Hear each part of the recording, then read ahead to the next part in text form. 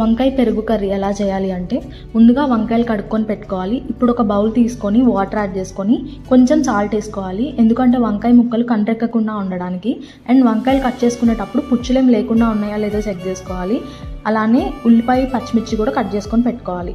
ఇప్పుడు కట్ చేసుకున్న వంకాయ ముక్కల్ని వేరే బౌల్లోకి తీసుకొని అందులో ఉప్పు, కారం, పసుపు, పెరుగు అండ్ శనగపిండి యాడ్ చేసుకోవాలి. శనగపిండి ఎందుకు అంటే కర్రీ థిక్నెస్ కోసం. ఇప్పుడు ఒక ప్యాన్ తీసుకొని ఆయిల్ వేసుకొని తాలింపు గింజలు వేసుకొని అవి కొంచెం చిట్పట అన్న తర్వాత ఉల్లిపాయ పచ్చిమిర్చి అండ్ కరివేపాకు యాడ్ చేసుకోవాలి. ఉల్లిపాయ పచ్చిమిర్చి కొంచెం కలర్ చేంజ్ అయిన తర్వాత మనం ముందుగా కలిపి పెట్టుకున్న వంకాయ అండ్ పెరుగు మిక్చర్ ఏదైతే ఉందో అది ప్యాన్లోకి యాడ్ చేసేసుకొని మంచి మిక్స్ ఇవ్వాలి.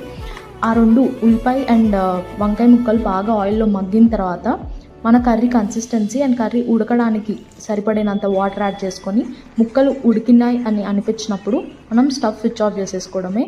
టేస్టీ అండ్ సింపుల్ వంకాయ పెరుగు కర్రీ ఈజ్ రెడీ.